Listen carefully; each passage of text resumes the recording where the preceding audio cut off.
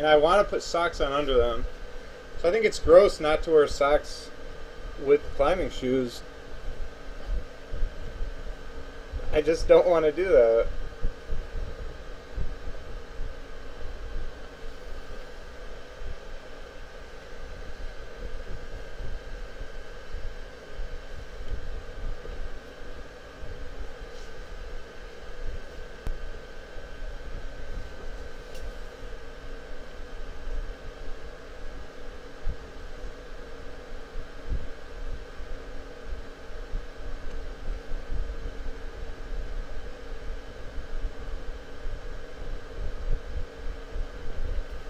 Okay.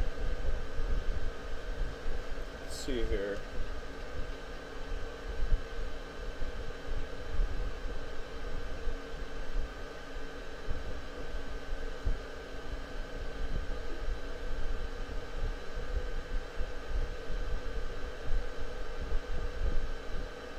This is... I need to make them wider too, so... It's like point of no return.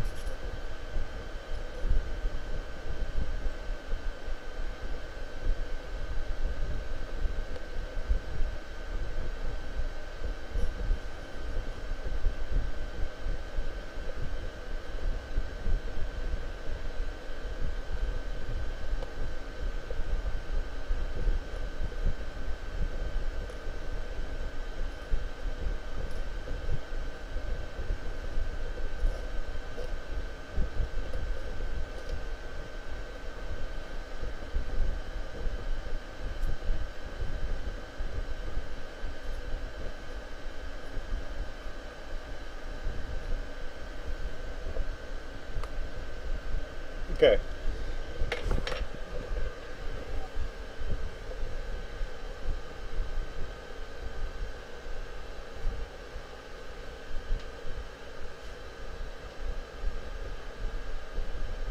Oh, so much better.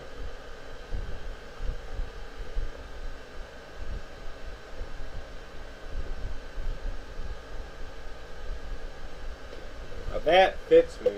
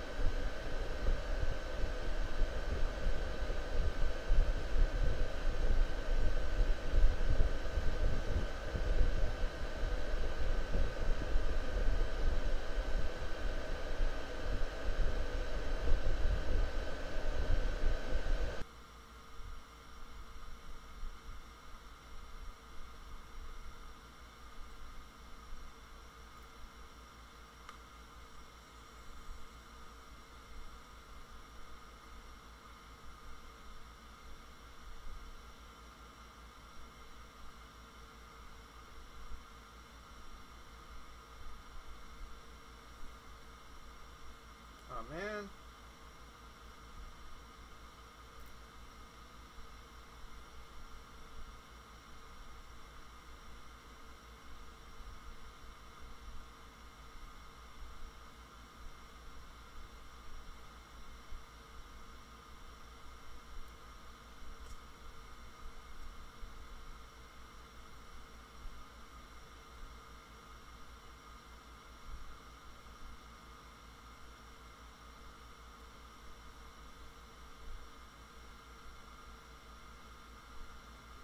Guys, I think I'm going to succeed. Basically making the shoe longer and wider by a substantial amount. This is like a size 9 shoe, and I'm making it fit a size 14 foot. I bought the shoe because it was the only shoe available for a really good price and pretty good condition. And then I was like, I couldn't find anything for a good price and good condition in my size. So I figured I'll buy the shoe, a used shoe, like 25 bucks, and I'll just completely tailor it to fit me.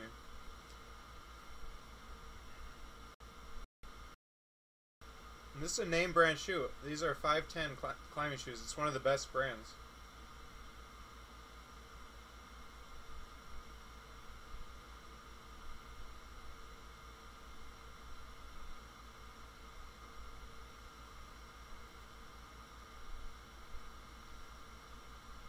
But I'm totally butchering the shoe. I don't know how it's going to perform after, but that's...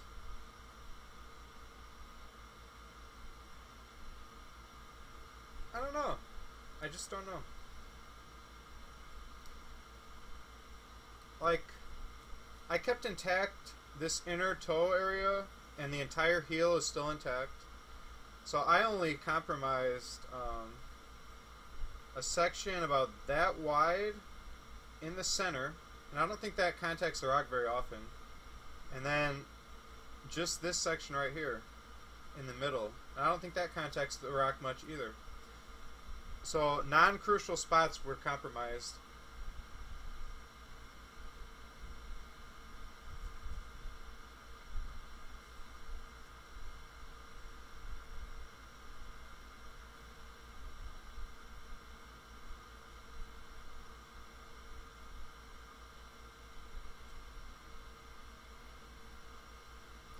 This is really hard sewing inside the toe of a shoe.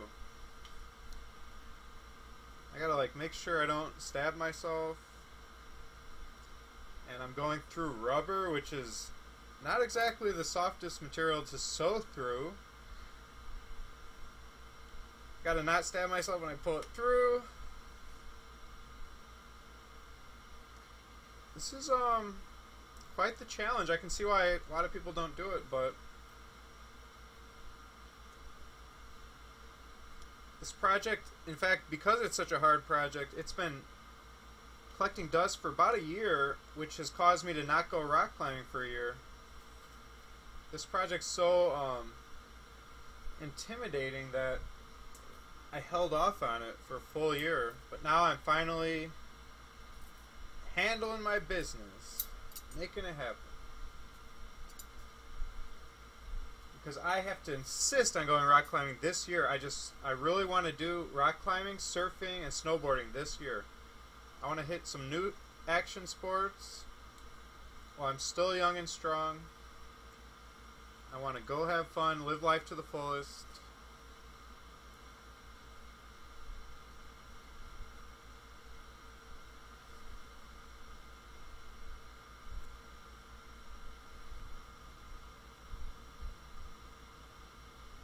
There. You got the rubber, obviously, and then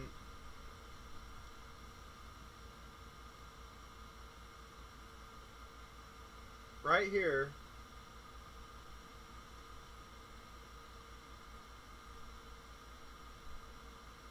you got this kind of flexible but like hard material. It does flex, but I think it's what gives the bottom of the shoe its stiffness. And then here you've just got a little bit of fluffy stuff and then cloth. The fluffy stuff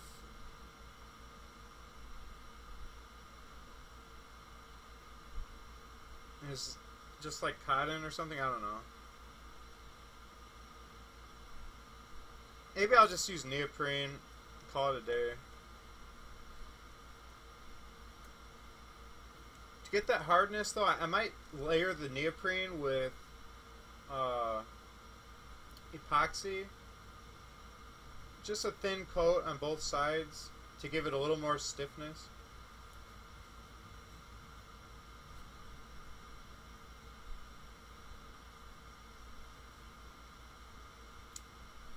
A little more stiffness, but still maintaining flexibility. I think that would work. Yeah, that would work.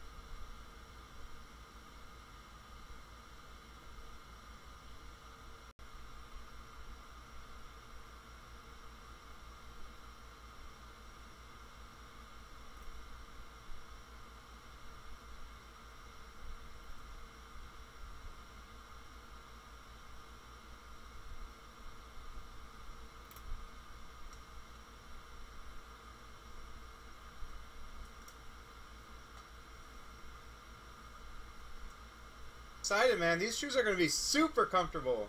This is worth it. Like, this is better than buying a size 14 shoe because I'm getting precision control of exactly how much wiggle room my toes have. It's going to be incredible. To me, having comfortable shoes is a must. A lot of rock climbers say that rock climbing shoes are very uncomfortable, and they even take them off as soon as they're done climbing because it's so uncomfortable. I won't tolerate that. That would take away all enjoyment of the entire sport for me.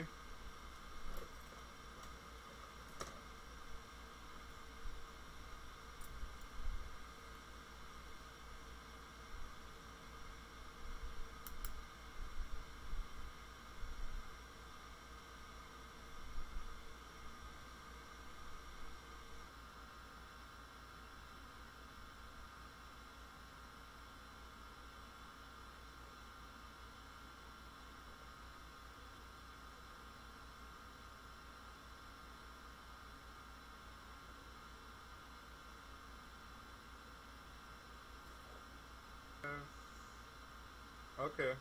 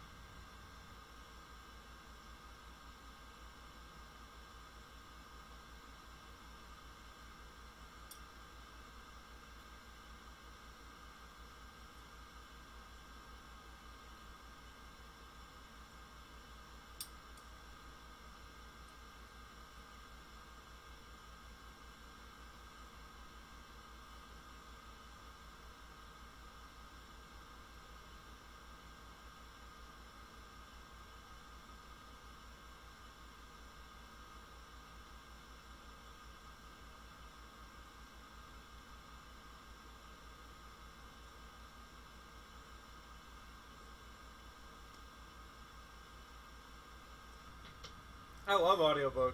Chapter 2 of Anne of Green Gables. This is years old, and the matron said... So I'm going from a size 9 to a size 14. You can see where I extended the length here.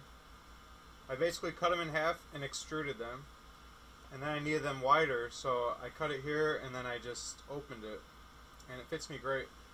And then I just sewed everything together.